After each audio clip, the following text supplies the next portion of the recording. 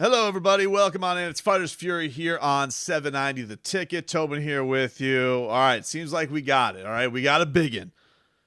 Down here in Miami, it seems like the 305 zone. Jorge Masvidal pending a negative COVID-19 test in Las Vegas. He will be in the main event to take on Kamaru Usman. So huge news. You know, we were talking about this on Sunday morning. I wasn't super optimistic that it was going to happen just because it felt like way too many hurdles. But look, they got their own damn fight island, so I guess the UFC can move when they want to on this. Honestly, I got to be honest with you. The thing that's disappointing about all of this is it took Gilbert Burns testing positive for coronavirus to give Jorge Masvidal what he wanted. Like, it took them being bent over a barrel in a tough spot to just probably, lift the numbers where they should have been in the first place. I guess that's my first reaction to it. My second reaction to it is this is the fight we wanted the whole time. Look, we talked about this. This was no disrespect to Gilbert Burns, who's had a fantastic rise, but these two have been on a collision course for a long time. They've been jawing in the media back and forth. It's a fun matchup. You have the striking of Jorge Masvidal, the wrestling of Kamaru Usman, but Usman, who's really been on his feet for the last few fights. I don't know if we're going to see that style when it comes and these guys actually face each other, but this is going to be fun, man.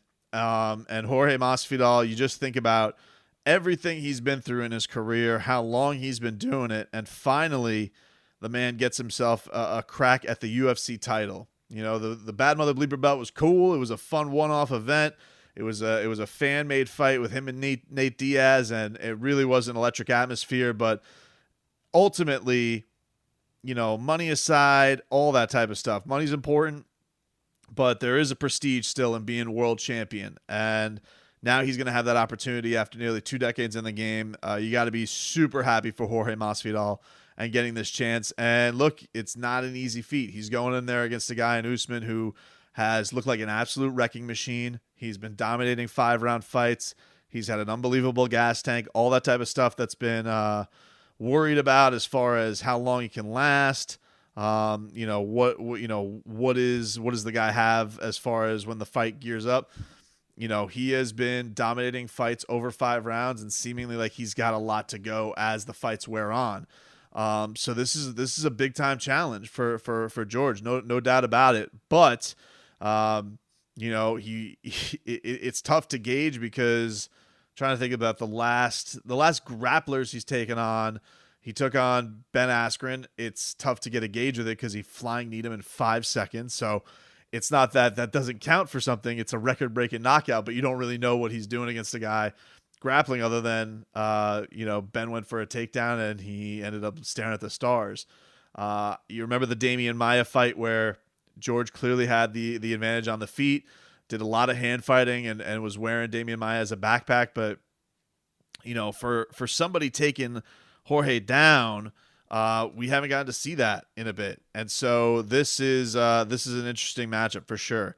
And then as far as Usman is concerned, Usman's going into this. I'm trying to look right now. Last guy he really took on who was prolific on the ground. I don't know, man. Like, especially since welterweight, his return to welterweight doesn't really have a ton of it. Nobody with the criteria of a Kamaru Usman. Nobody. And look, Kamaru Usman has a stunning resume. He really, really does. He's been fantastic. He's been a guy who has really, since that Emil Meek win where, he kind of got into it with UFC president Dana White, his performance against Maia, his performance against Dos Anjos, and Tyron Woodley was really the stunning one because we hadn't seen Tyron Woodley look like that. Now Tyron's been faced some hard times lately. And then Colby Covington, I mean, their fight was absolutely fantastic. Tyron isn't the versatile striker that Jorge is, nor is Dos Anjos.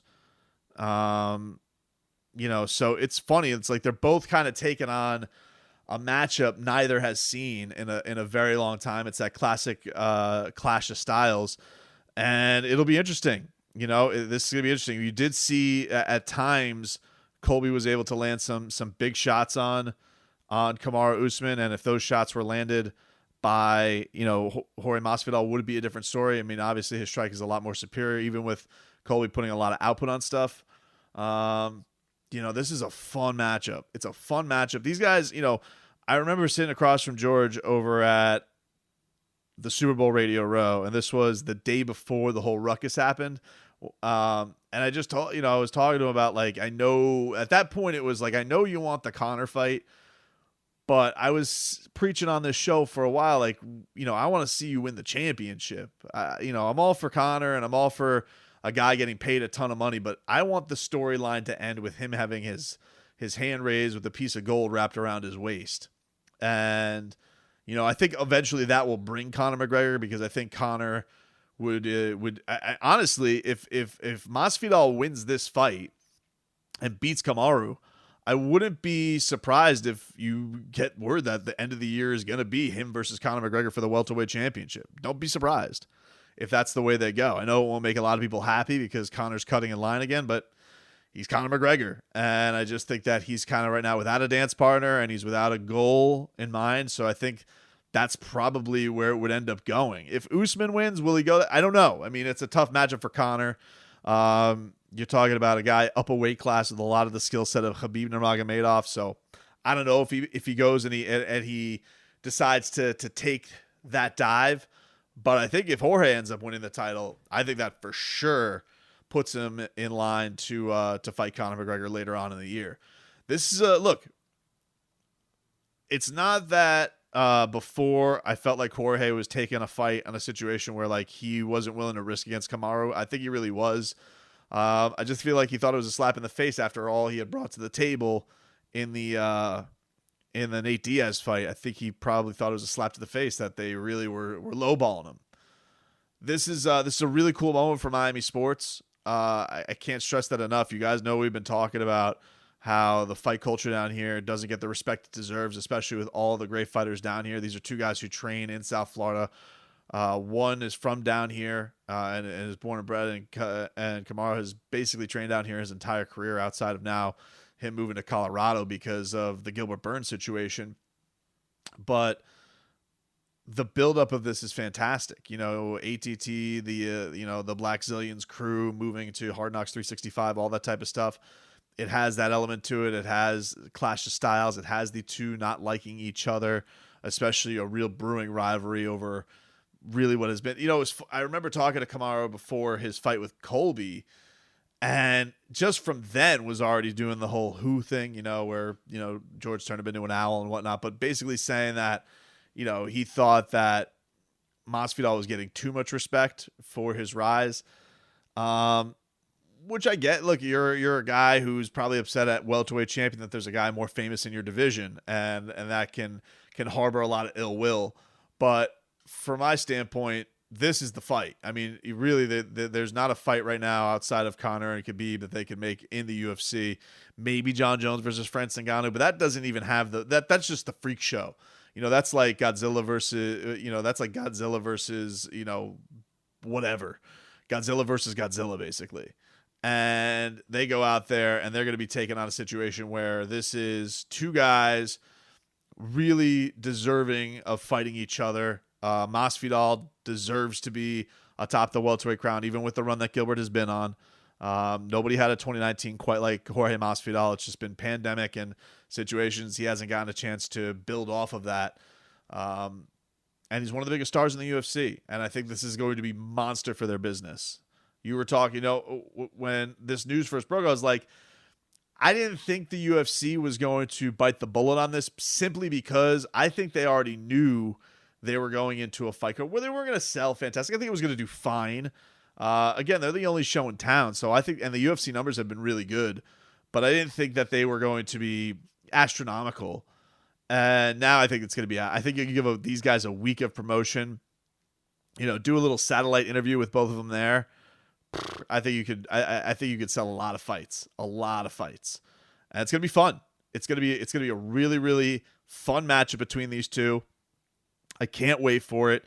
And look, I'm picking Jorge Masvidal to win this fight. I'm picking him to win this fight. It feels like this guy's been destined to win the championship now for the better part of a year. I don't know what the hell happened on that quest that he went on when he went on the reality TV show and he unplugged.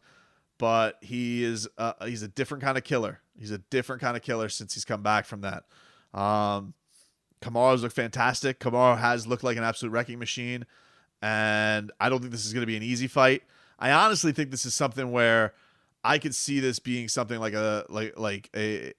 could see it going the distance. I don't see George necessarily knocking him out, but I feel like this is one of those where if he can get Kamaru to work early, if he could, and this isn't the case because I know Kamaru's had an unbelievable gas tank, but if he could, get him to almost tangle with him up against the wall and withstand a couple of rounds of him having an output, take him down, all that type of stuff, I just think that Jorge can win that war of attrition against him. I do, and I think that you saw a little bit of this in the Damian Maia fight where he can make the most out of those short little bursts, and hopefully get the better of his opponent.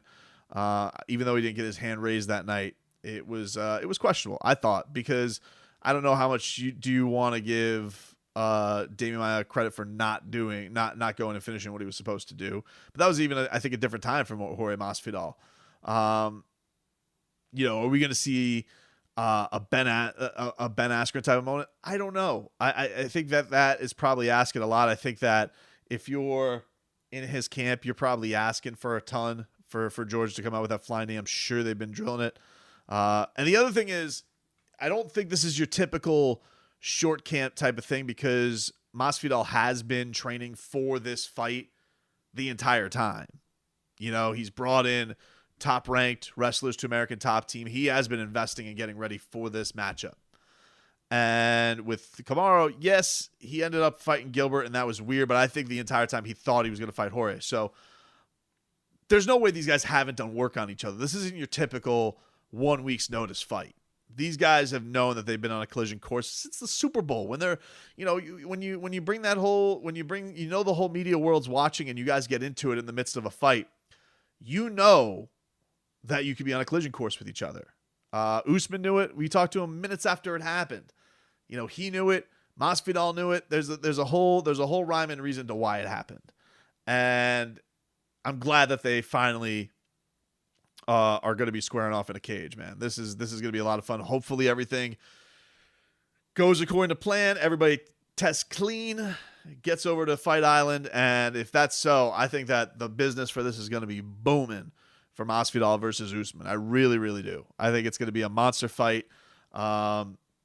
And what lies ahead for the winner? I mean, I don't know what lies ahead for Usman. I think he's got a scary style, and as you've seen, is not the most high-profile guy. But look, if Usman comes out here and he is able to beat Jorge Masvidal, and he is able to do it in some kind of spectacular fashion, maybe that is the jumping-off point that he needs. Maybe that is one where he grabs the mic and says, Conor McGregor's too scared to fight me. I'm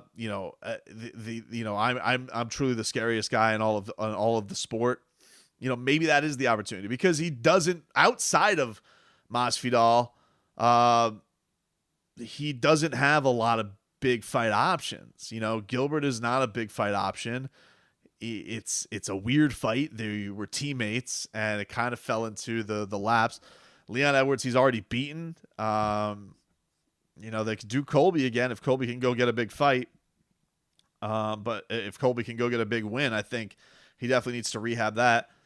And and like I said, if Masvidal wins this fight, I think that in 4 months we're seeing him versus McGregor for the welterweight title.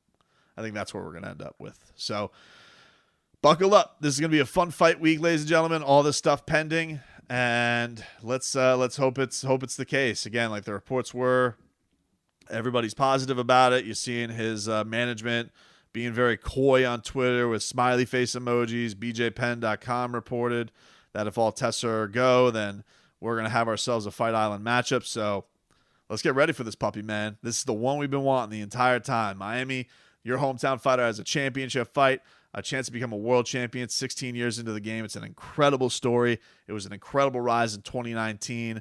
And he's got a big task in front of his hands with Kamaru Usman because he's been an absolute monster as champion. He really, really has. I mean, this is a real clash of styles, a clash of personalities, a clash of crosstown rivalry.